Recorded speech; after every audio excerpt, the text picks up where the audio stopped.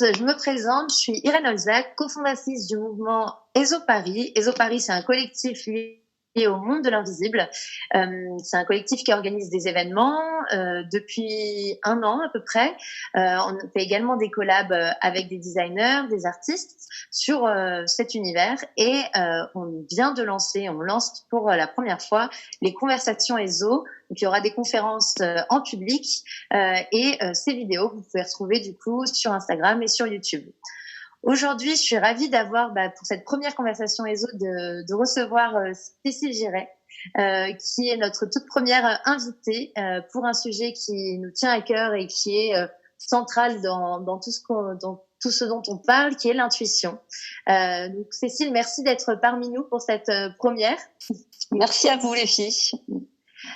Du coup, Cécile, est-ce que tu peux te présenter d'où tu viens, ton âge, ton métier, pour commencer la conversation? Alors, bonjour à tous, bonjour à toutes. Alors, moi, c'est Cécile Girey. J'ai 42 ans. Je viens de Paris, de Cannes. Là, je suis actuellement à Bordeaux. Pour le métier, on va essayer de faire simple et de réduire, mais je suis, on va dire, coach intuitive, sophrothérapeute et conférencière. Voilà. Et en fait, à travers ces 3 métiers, l'intuition est au cœur de ces 3 métiers et je m'en sers au quotidien avec mes clients et avec les personnes que je forme à l'intuition. Ok, super. Alors du coup, quand est-ce que tout ça a commencé pour toi, ta relation justement avec ce super pouvoir qu'est l'intuition et surtout avec ta connexion avec le monde de l'invisible? Alors, on va dire que ça a commencé jeune, dans le sens où quand j'étais adolescente, comme beaucoup à cet âge-là, t'aimes un peu te faire peur. Bon, en tout cas, j'aimais beaucoup le monde de l'invisible, les histoires de fantômes, faire tourner les tables, les esprits, les émissions de mystère sur TF1. Enfin, je regardais plein de trucs comme ça. Je m'en rappelle de ces émissions. Ouais, c'était bien flippant. Et donc, j'aimais beaucoup ça. C'est un domaine qui m'intéressait. À la maison, il y avait beaucoup de livres et j'avais une sensibilité, très forte sur le sujet. Et puis en plus, à côté de ça, effectivement, j'avais l'impression de capter un peu les choses, les lieux. Quand tu vas dans un lieu, tu ressens si c'est chargé ou pas. Donc c'est quelque chose qui était ancré en moi, dans ma sensibilité, mais c'était plus un peu un hobby de jeunesse, on va dire. Voilà, je prenais pas ça du tout comme étant au sérieux. Ça m'amusait surtout beaucoup à cette époque. Ça t'a jamais fait peur? Alors, ça a commencé un tout petit peu à me faire peur quand au cours de quelques expériences, on va dire, de paranormal, à faire tourner les tables et casser des verres, je me suis rendu compte qu'effectivement, derrière ce truc que tu fais un peu quand t'es jeune pour te faire peur, il y avait peut-être vraiment quelque chose. Il y avait peut-être vraiment des entités, qu'il y avait effectivement, au cours de quelques expériences, je me suis un peu fait peur et du coup, j'ai pris un peu de recul avec ça. Je faisais aussi un peu d'écriture automatique à l'époque. Voilà, ça m'écrivait des choses pas très cool. Le lendemain, il se passait des choses encore moins cool. Du coup, je me suis dit c'est peut-être un peu dangereux. Et à ce moment-là, j'ai pris un peu de distance. Et alors, ça a toujours fait partie de ma vie. Mais disons que voilà, j'ai poursuivi mes études et je me suis un peu détachée de ce monde-là et de ce côté un peu surnaturel, on va dire. Et comment tu y es revenue? Du coup, comment c'est revenu dans ta vie? Alors, c'est revenu en fait assez simplement, mais longtemps plus tard, parce que donc je suis partie à Paris, je me suis lancée dans une carrière de journaliste, presse télé, presse people, donc pas du tout dans l'univers ésotérique ou surnaturel ou spirituel. Mais à côté de ça, j'avais une vie spirituelle assez développée dans le sens où je faisais beaucoup d'arts martiaux énergétiques. J'avais beaucoup de pratiques bouddhistes et les pratiques bouddhistes sont très fortes. Il y a un côté spirituel très marqué dans le monde bouddhiste, avec beaucoup de croyances au niveau des déités, des démons. Donc il y avait quand même toutes des énergies assez particulières. Et du coup, j'étais un petit peu là-dedans, mais voilà, il y avait une dualité dans ma vie et j'en ai un peu eu marre de cette dualité. C'était trop difficile à supporter. Du coup, je me suis lancée dans une formation de sophrologie et j'ai tout quitté avec mon mari. On a quitté Paris et je suis redescendue sur la Côte d'Azur. Et à ce moment-là, j'ai ouvert mon cabinet de sophrologie. Et la sophrologie, il y a 3 niveaux en sophrologie. C'est je sens, je ressens, je pressens. Et en fait, en sophrologie, tu ouvres une porte un petit peu vers une part de toi un peu spirituelle. Mais pareil, j'ai fait ça naturellement. C'était plus une reconversion professionnelle. Okay. Et à ce moment-là, le métier fonctionnait, mais comme ça. Et j'ai rencontré à ce moment-là quelqu'un qui est toujours médium et qui faisait beaucoup de Reiki et qui m'a dit, mais toi, tu as quelque chose à développer, tu as beaucoup d'intuition. Viens, on va le travailler ensemble. Et c'est venu comme ça, tout naturellement, sans que je le cherche. Et ça s'est installé dans ma vie et c'est devenu quelque chose de finalement de tout à fait normal. Et à partir de là, j'ai eu des clients, j'ai eu des gens qui sont venus me voir pour ça et j'ai développé mes intuitions vraiment à partir de là. Donc, quand tu dis justement c'est devenu ta vie, tu as eu des clients pour ça, concrètement, ton métier aujourd'hui, ça consiste en quoi ? Alors, mon métier aujourd'hui, alors je ne parle plus de voyance. J'en ai fait de la voyance, à proprement parler en tant que telle, puisque j'ai même travaillé pour un cabinet de voyance. Enfin voilà, j'ai fait de la voyance à proprement parler. Mais le nom me convient pas parce que pour le coup, je trouve que l'intuition c'est plus parlant et en plus c'est accessible à tous. La voyance voudrait dire que tout est prédéfini et qu'il n'y a rien à en faire. Donc aujourd'hui, moi, dans mes consultations, je vais accompagner les personnes, leur donner confiance, leur apprendre à se faire confiance, leur apprendre à développer leur intuition, leur apporter des éléments sur leur avenir, leur futur, des choses claires et pragmatiques, mais à la fois leur donner des conseils de vie pour finalement gérer ça. Mais les conseils, c'est à la fois des choses intuitives que je vais percevoir et puis parfois des choses qu'on va me donner un petit peu là-haut, voilà, pour eux, pour les conseiller. Et après, il y a le côté un peu énergétique. Quand je suis avec la personne en face à face ou dans des soins énergétiques, je peux recevoir des conseils pour le bien-être physique de la personne. Et puis il y a le côté vraiment sophrothérapie où là on est vraiment sur la conscience du corps et sur l'accompagnement et la confiance en soi. Le but c'est ça, c'est que les gens n'aient plus peur et qu'ils aient confiance en eux et en leur intuition. Super, c'est génial. Du coup, justement, souvent il y a quelque chose qui revient, c'est que ce pouvoir intuitif, tout le monde l'aurait. Tout le monde aurait cette capacité, mais qu'il faut simplement s'éveiller à le développer. Est-ce que tu peux nous en dire plus à ce sujet ?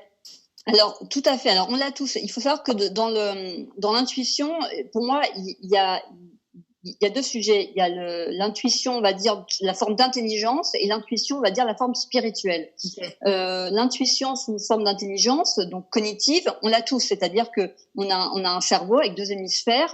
Faire court, l'hémisphère droit, siège de l'intuition, siège de la créativité, siège des émotions, et le cerveau gauche qui va être l'organisation, le tri des idées, la orchestration de ce qu'on va recevoir. Donc l'intuition, elle est nichée en chacun de nous. Après, forcément, on n'est pas tous construits exactement pareil. Et certains vont avoir un sens esthétique très développé ou une intuition très développée. Par contre, ça se travaille. Je vous donne un exemple. Si, par exemple, tu rencontres une nouvelle personne dans la rue ou au travail, tu ne la connais pas, si tu n'as pas d'intuition, tu vas juste dire bonjour, ça va s'arrêter là. Si tu as un peu d'intuition, tu vas dire je la sens bien, elle a l'air positive cette personne. Et puis si tu as beaucoup d'intuition, il va y avoir peut-être d'autres éléments. Tu vas te dire je la sens bien, j'ai l'impression qu'elle a eu une bonne nouvelle, ou elle vient de se marier, ou elle a eu une bonne nouvelle, ou au contraire ça va pas, il y a quelque chose qui tourne pas rond. Et donc ça, c'est pas un pouvoir magique, c'est-à-dire que c'est juste le fruit de ton intuition et de toutes tes expériences sensorielles qui font que ton cerveau est capable d'analyser sans en avoir conscience une multitude d'informations invisibles. Et ça, on l'a tous, mais à des niveaux plus ou moins développés. Et donc, cette intuition-là, cette intelligence se travaille et se développe.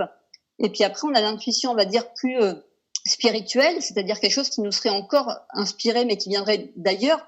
Moi, j'appelle ça quelque chose qui va venir, qui va être une intuition différente et pure d'une autre façon.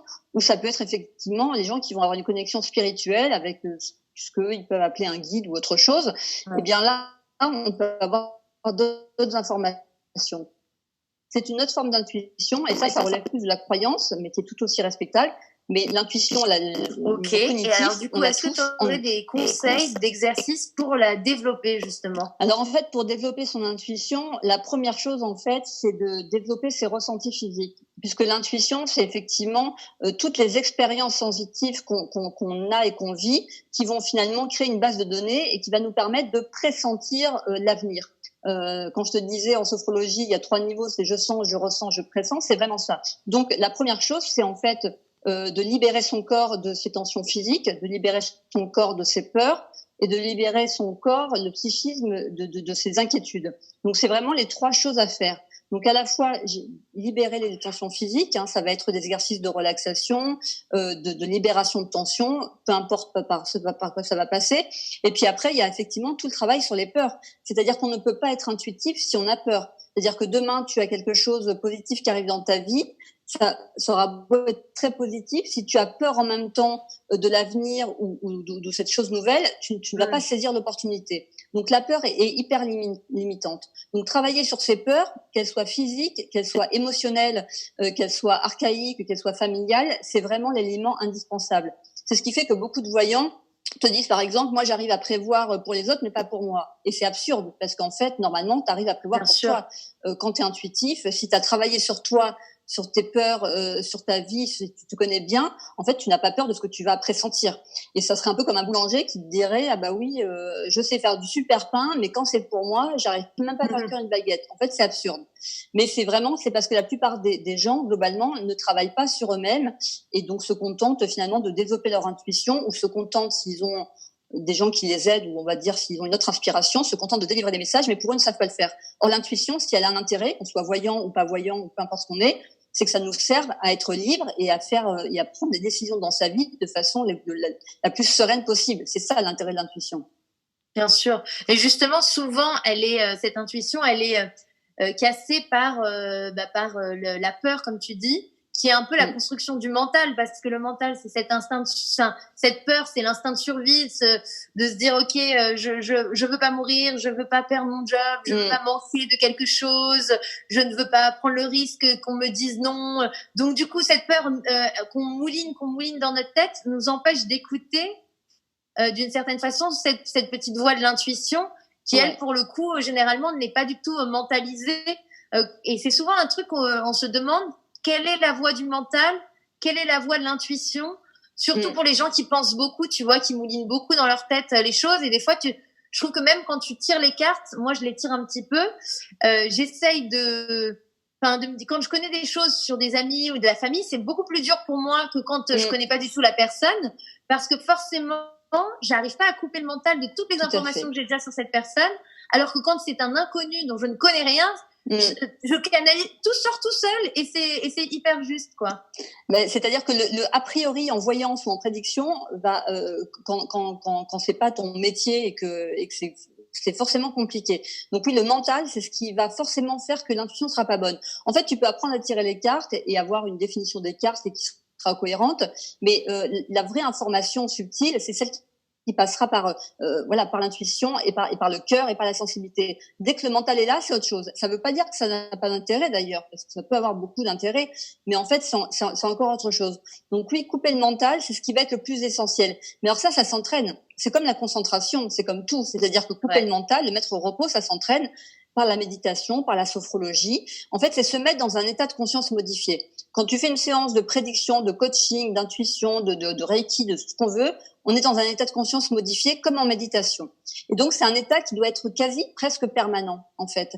Et c'est vrai que le premier truc, en fait, pour développer ce lâcher-prise mental, c'est quand vous faites quelque chose, par exemple, faites-le en pleine conscience. C'est-à-dire que je regarde la télé, j'ai envie de rien faire, ok, mais je suis présent à moi-même. Faire 10 000 trucs à la fois, forcément, l'esprit, il s'évapore complètement. Et donc, on est ailleurs et on n'est pas conscient de ce qu'on fait. Et en fait, c'est un peu le problème de notre époque, puisqu'on est dans une époque où on multitaske tout. On est toujours à moitié sur notre téléphone, en même temps en train de cuisiner, en même temps en train de regarder la télé, en même temps en train d'écouter la radio. Enfin, donc du coup, il faut vraiment entraîner, comme tu dis, parce qu'on a plus l'habitude d'être présent dans une seule chose.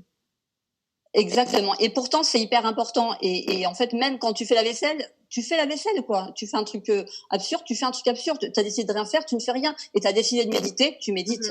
Et en fait, c'est là où ça va devenir intéressant, c'est d'être présent à soi-même. Et quand à un moment, tu es présent à toi-même en méditant ou en te disant, ben là, j'ai fait 5 minutes, je vais essayer de me connecter à moi-même, mes émotions, et je vais poser une question et je vais voir si j'ai un ressenti, je vais voir si j'ai une intuition, ça marchera au bout d'un moment parce que tu seras entraîné. Mais effectivement, si on l'est pas, ça va être très compliqué. Et dès qu'on va vouloir l'être, en fait, le cerveau va automatiquement reprendre son mécanisme de te mettre une pensée là où t'en veux Bien pas. sûr. Donc, c'est très difficile. Mais c'est vrai que par contre, c'est vraiment l'entraînement et la régularité qui la rigueur. Et voilà, la rigueur et surtout vraiment la régularité et l'intention. C'est comme si demain tu veux faire quelque chose, tu veux faire pousser une plante, tu plantes une graine. Si tu l'arroses tous les jours, qu'il y a du soleil, elle poussera. Maintenant, si tu fais rien, évidemment, il se passera rien. Mais par contre, la rigueur et la régularité vont faire que le calme mental, vraiment, ça se développe et c'est quelque chose qui est pas si difficile que ça à développer. C'est juste une question, est-ce que j'ai envie ou pas? Bien sûr, c'est clair. Là, je crois que tu es en train de préparer justement la sortie d'un livre sur les hypersensibles.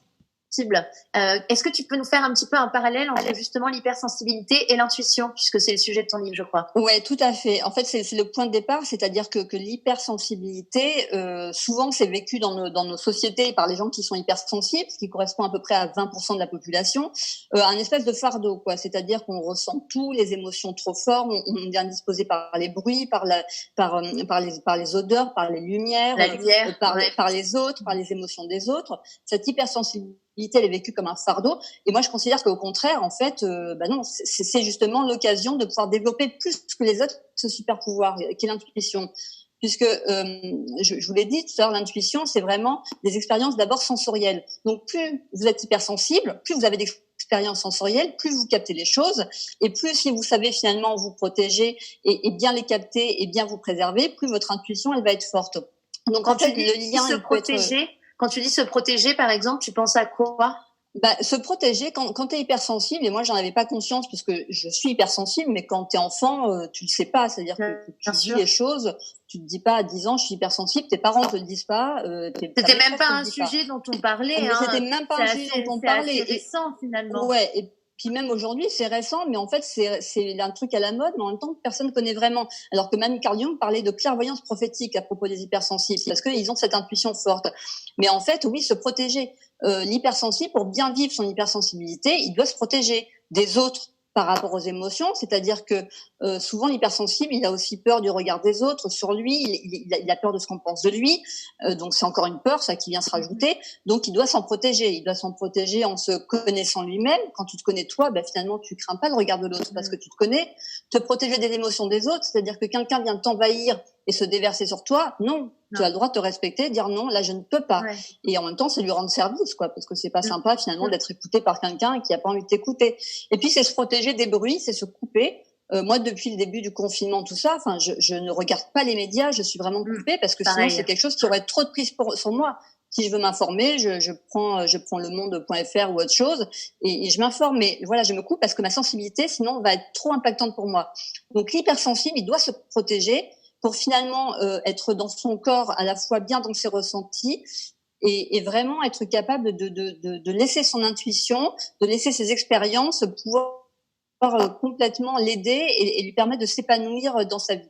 Mais vraiment, c'est une chance. L'hypersensible, vraiment, s'il arrive à se connaître lui et à se respecter, à se protéger du regard des autres, va vraiment pouvoir vivre les choses pleinement et puis être au bon endroit, parce que l'intuition, c'est ça. C'est avoir de l'intuition, savoir écouter sa voix, c'est savoir aussi qu'est-ce que j'en fais de cette intuition, qu'est-ce que je fais de ma personnalité. Mon hypersensibilité, elle a certainement un sens dans ce monde très particulier. Oui, il y a peut-être une mission derrière. Bien sûr. L'hypersensible doit trouver sa place. S'il la trouve pas, il sera hyper malheureux. Tu m'étonnes. C'est clair. C'est clair, c'est clair. Je reviens juste sur un petit passage qu'on a abordé tout à l'heure, qui est celui du fait que justement, tu n'aimais pas utiliser le mot voyance et que c'est vrai que moi, quand on voit les sceptiques sur le monde, on va dire de la médiumnité, c'est le fait que du coup, si quelqu'un est capable de nous prédire l'avenir, ça sous-entendrait que tout est écrit et que on n'a pas de libre arbitre. Du coup, quel est ton point de vue là-dessus justement pour les gens qui vont voir cette vidéo et qui justement n'y croient pas? Alors en fait, il y a des gens qui iront pas voir des voyants parce qu'ils auront peur qu'on leur dise voilà, il va vous arriver ça, vous allez mourir, vous allez avoir une grave maladie, du coup c'est écrit, on peut rien faire. Évidemment, alors ça c'est un peu une vision de la voyance qui existe encore, hein. Il y a des voyants qui travaillent comme ça et qui fonctionnent comme ça.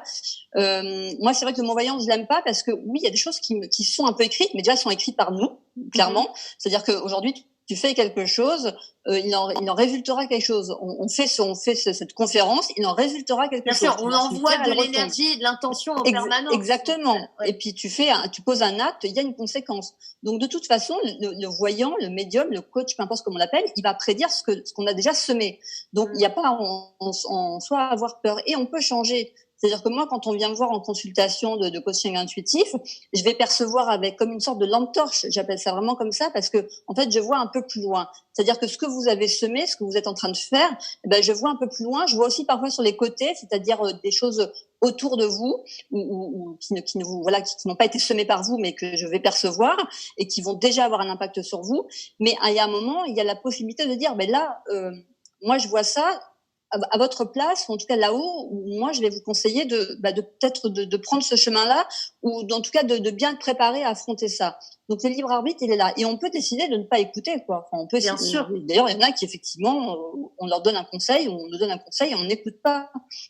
Et après, il y a effectivement des choses qu'on ne contrôle pas. Il y a comme des faits, le coronavirus, par exemple. Ouais. Dans toutes mes séances récentes, je percevais sur des gens des transformations, des changements, des choses qui allaient déstabiliser. Je n'aurais jamais mis le mot dessus et ni la nature de ce qui allait se passer, mais on percevait quelque chose qui allait les déstabiliser et qui allait vraiment être surprenant. Voilà, l'idée, c'est de préparer la personne, lui dire, là, il y a quelque chose qui va pas, et par contre, vous allez pouvoir le gérer si vous êtes dans cet état d'esprit-là, si vous vous préparez comme ça, vous faites attention. Moi, l'idée dans une consultation de coaching, c'est d'accompagner la personne et de donner les clés pour affronter ça ou sublimer ça si c'est quelque chose de très positif. Et c'est pas de la faire flipper, pas du tout. Enfin, vraiment, c'est pas le but. Et tu donnes jamais de mauvaises tu donnes des fois des mauvaises nouvelles quand tu vois de la maladie, de la mort, des choses comme ça? Alors, ça peut arriver de préparer quelqu'un à quelque chose en lui disant qu'il y a quelque chose qui effectivement qui est de l'ordre de la fragilité. La mort, je m'y risque pas parce que honnêtement, déjà c'est très prétentieux et puis c'est hyper anxiogène. Il faut imaginer la personne en face. Enfin, même si la personne s'y attend, c'est hyper anxiogène. Après, t'as des gens qui se préparent à des morts de personnes âgées ou quoi, donc tu accompagnes, mais tu le fais si tu sens que t'as les mots pour le faire, si tu sens que la personne elle est prête aussi, parce qu'il y a des gens qui parfois demandent, mais en fait ils sont pas prêts. Donc vraiment, ça demande d'avoir pour le coup vraiment une bienveillance et un sens de la psychologie développé, parce que sinon ça peut être ravageur. Mais tu peux préparer, dire voilà, là il y a un moment, prenez soin de vous, faites attention, suivez bien votre traitement. Voilà, mais tu l'accompagnes dans le sens positif, quoi. Voilà, t'es pas. Moi, j'ai vu trop de gens flipper, m'appeler en me disant, on m'a prévu la mort de mon mari, la mort de mon enfant. Enfin, des trucs. Ouais, horrible. Ouais. Tu dis, il y a quand même une responsabilité de la part de ces praticiens à dire des choses comme ça, qui est quand même assez lourde en fait. Hein. Ouais, et puis même pour des choses plus légères, tu vois, quand tu fais une prédiction à quelqu'un sur un boulot, sur quoi, quand tu lui dis, là, il y a un nouveau travail, ça va être bien. Ou là, la personne avec qui tu es, c'est ça. Enfin, tu conseilles les gens. T'as une vraie responsabilité. C'est quand même, enfin, c'est pas anodin, quoi. Voilà, c'est pas anodin. Non. Et c'est un truc qu'il faut faire avec beaucoup d'humilité, parce que voilà, c'est quand même. Il faut être humble. Il faut aussi savoir qu'on peut se tromper, qu'on peut aussi mal interpréter quelque chose. Mais il faut être humble et vraiment être dans son truc et pas se laisser déstabiliser. Et c'est pour ça que moi, le mot voyance, je l'utilise pas, parce que voilà, les choses sont pas écrites. C'est à nous de les écrire. Et c'est aux personnes que tu as au bout du fil, que tu as en face à face, tu les aides à écrire leur histoire. Voilà. Et le but, il est là. Super. Je reviens un peu sur l'intuition. Est-ce qu'il y a des signes qu'on peut constater quand on est en plein éveil de notre intuition? Des choses que tu dis, là, si tu perçois ça comme ça, ou s'il se passe ça, c'est que tu es en train d'ouvrir un peu ce qu'on appelle le troisième œil, qui est donc justement cette intuition plus. Moi, j'ai l'impression que quand tu développes ton intuition, que ce soit juste pour toi ou dans une pratique, tu perçois plus les choses de la même façon quand même. Parce que quand tu développes de l'intuition et que tu en as conscience, et que tu te dis, là, j'aurais dû m'écouter, ou j'ai bien fait de m'écouter, ou c'est cool, ou j'ai bien vu, ou voilà, il y a quand même un espèce de petit jeu de confiance avec toi-même qui se met en place, et il y a une espèce de lâcher prise sur plein de choses. Alors je sais pas, c'est peut-être que mon expérience ou quoi, mais moi je me dis qu'il y a quand même beaucoup de choses que tu trouves moins graves. C'est vrai, je suis d'accord avec toi. Voilà. Ouais. Finalement, ce qui est grave en soi. Tu relativises vachement sur la vie en fait. Ouais, et puis vraiment, quand tu as confiance en ton intuition qui se développe et tu sens qu'elle se développe, finalement, tu es souvent au bon endroit au bon moment. Quand ça marche pas, c'est que c'était pas le bon moment. Enfin, donc de toute façon, voilà, alors c'est pas du fatalisme, mais c'est j'ai ce que je récolte, ce que j'ai semé. Donc il y a pas d'angoisse, il y a beaucoup moins d'angoisse. Moi, je le ressens comme ça.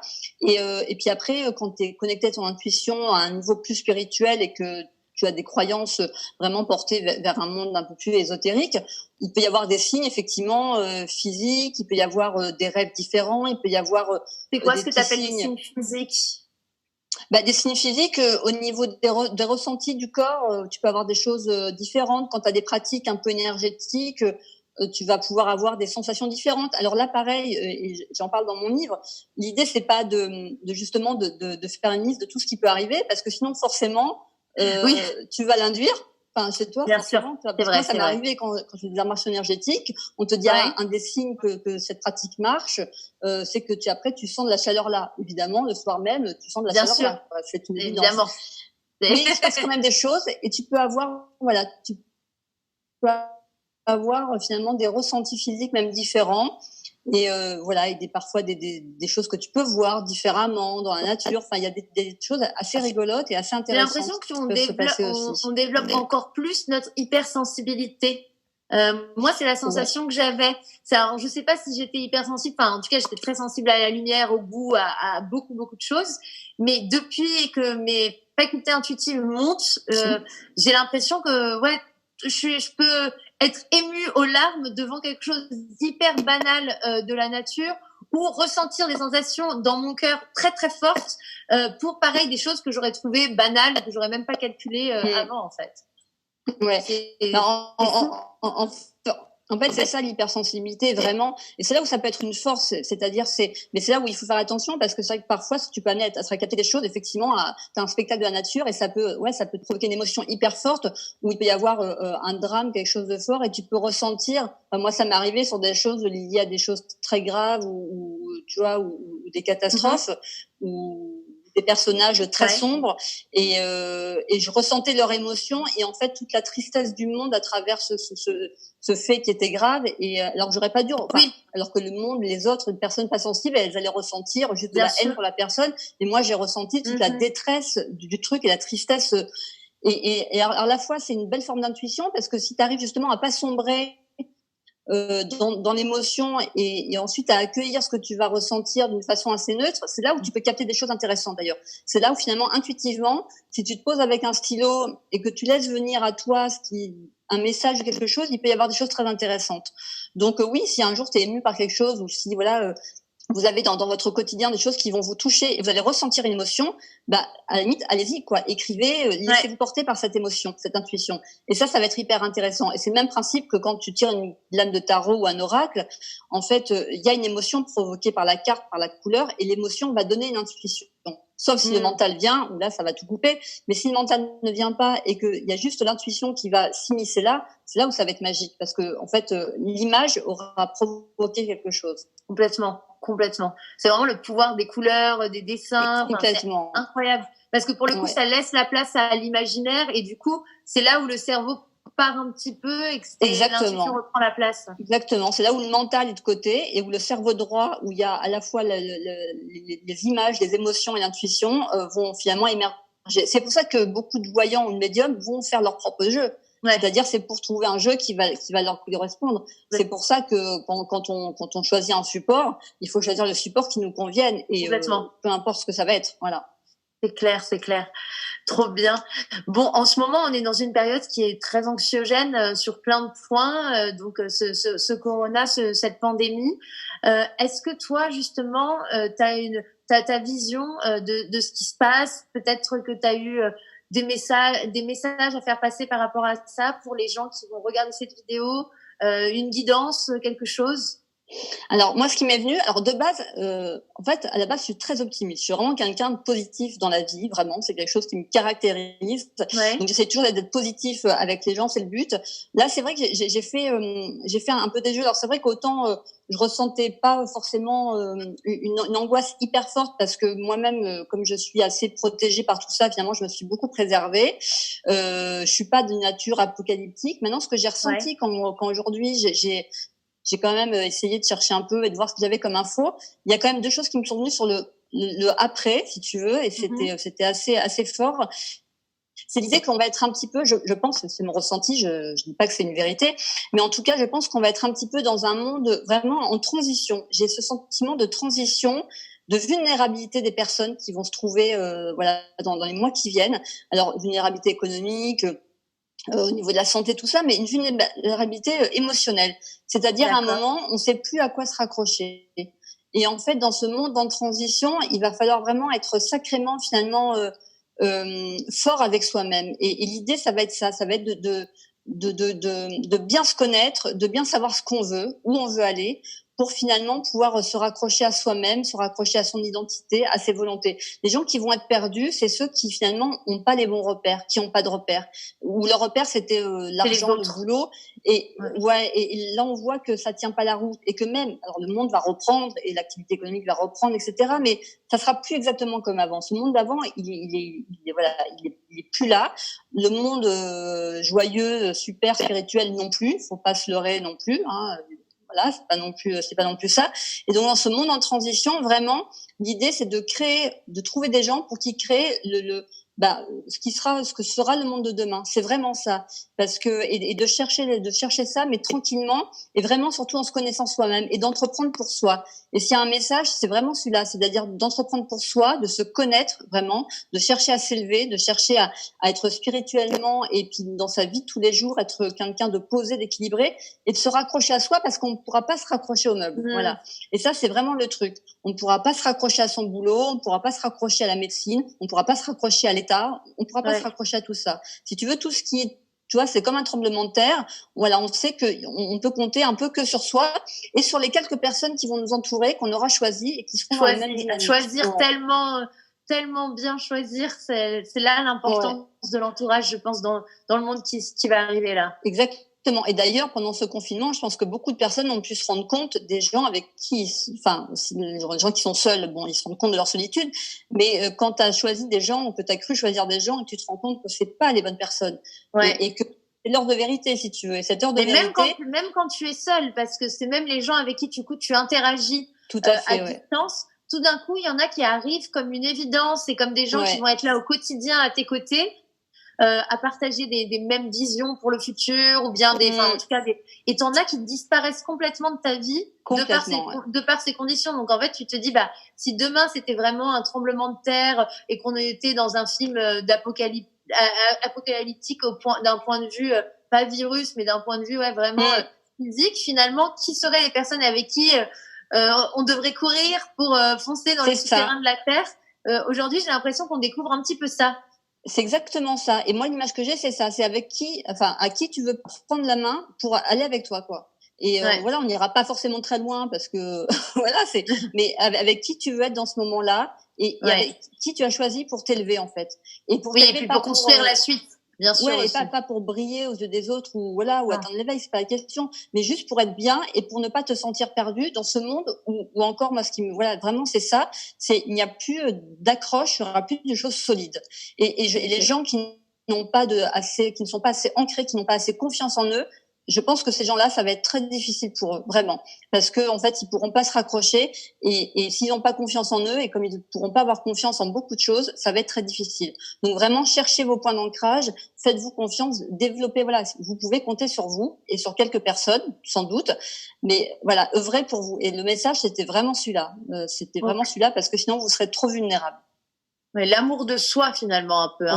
L'amour de soi, aimer les autres et pouvoir avancer avec eux. Si on s'aime pas soi-même, c'est quand même très compliqué, quoi. C'est compliqué, mais oui, c'est clair. C'est clair. Pour terminer cette première conversation, est-ce que tu aurais justement des conseils pour les gens qui doivent justement développer ça, s'ancrer l'amour de soi, des conseils peut-être de choses à regarder, à lire, enfin je sais pas, ou même des pratiques, enfin justement pour aller dans cette direction. Alors, une pratique, si on avait une, ça serait de vraiment, si vous voulez vous mettre dans un esprit comme ça, de penser à vous, ça serait de tenir un journal. Voilà, c'est un truc qui est tout simple, mais on tient un journal, on s'établit un rituel, 5 minutes par jour, 10 ou 15, ce que vous voulez, ou juste vous êtes vous, voilà, sans télé, sans musique, sans rien, juste vous. Vous posez une question là-haut, vous voyez, c'est une réponse, vous pensez à vous, vous centrez sur vous. Ça peut être déjà un exercice tout simple, qui coûte rien et qui va vous mettre dans une dynamique de changement. Après, en lecture, moi, je sais que j'ai toujours lu un peu de tout et vraiment des choses variées. J'aime beaucoup tout ce qui va être tous les ouvrages de développement personnel, de psychologie, parce que la connaissance de soi, pour moi, c'est la clé. Après, au niveau du tarot, tous les travaux de Jodorowsky vont être hyper passionnants. La psychogénéalogie, c'est passionnant. Tous les bouquins d'hypersensibilité sont passionnants. Il y a plein de conférences TEDx. Voilà. Après, les gens sont inspirants, mais moi, ce que j'aime dire aux gens, c'est faites-vous vos propres expériences, en fait. Parce que les gens, leur parcours, c'est toujours intéressant. Par contre, votre expérience à vous, elle a autant de valeur que celle d'un autre. Voilà. Et vous êtes votre propre richesse. Encore plus, d'ailleurs. Exactement. Et après, il y a Bernard Blancan que j'aime citer parce que c'est un acteur, un comédien très engagé aussi politiquement, mais qui a découvert à un moment ses capacités de sourcier et de magnétiseur. Il en a fait des livres. Donc c'est un comédien qui a été primé à Cannes dans Indigène, qui a tourné dans un village français, tout ça. Et c'est quelqu'un de très sympathique. Et voilà, donc c'est des petites lectures comme ça qui peuvent être sympas. Trop bien. Mais vraiment, voilà, lisez de tout. Moi, hier, je regardais un documentaire sur mon médecin indien. C'était sur une pratique, une dame qui avait été soignée avec l'Ayurveda. Donc, il y a plein de choses, il y a plein de documentaires. Mais en tout cas, faites-vous votre propre idée quand vous regardez ça. Et c'est pas parce que quelqu'un va vous dire j'ai atteint l'éveil, j'ai fait ci, j'ai fait ça, j'ai fait un saut quantique que c'est vrai. Faites-vous vos propres expériences. Et ça, c'est ça qui va compter. Et vous n'êtes pas moins bien qu'un médium qui va entendre des voix. Voilà, on a tous en nous des capacités fortes ou moins fortes. Et si on les développe, elles vont forcément se développer et s'accentuer. C'est clair, c'est comme un sport, quoi. Il faut exactement comme les plantes, c'est comme tout. Et faites-vous confiance, faites leur confiance là-haut pour vous montrer les choses. Voilà, quand on est prêt, il y a un dicton qui dit quand l'élève est prêt, le maître paraît. Hein. Donc ça c'est pratiquement d'arts martiaux. Donc quand on est prêt, les choses apparaissent naturellement. Trop bien. Merci beaucoup Cécile pour tous ces conseils et ce partage. Merci de faire partie de cette première conversation réseau. Merci à tous ceux qui nous regardent. Je pense que si cette vidéo est arrivée sur votre chemin, c'est que justement c'était un premier, c'est que vous étiez prêts et que c'était une première qui va peut-être vous amener vers d'autres expériences personnelles. En tout cas, on est là pour vous accompagner avec la plateforme ESO. D'ailleurs, Cécile est dessus si jamais vous voulez aller la consulter avec plein d'autres praticiens dans des domaines différents sur le site esoparis.com. Voilà. Et si ça vous a plu, n'hésitez pas à liker la vidéo, à partager, faire un petit don. Voilà, c'est libre à vous en fonction de vos envies. Et à bientôt pour la prochaine conversation. Du coup, bonne soirée, Cécile. Bonne soirée. Merci Ezo, merci les filles. Salut. Salut. Alors.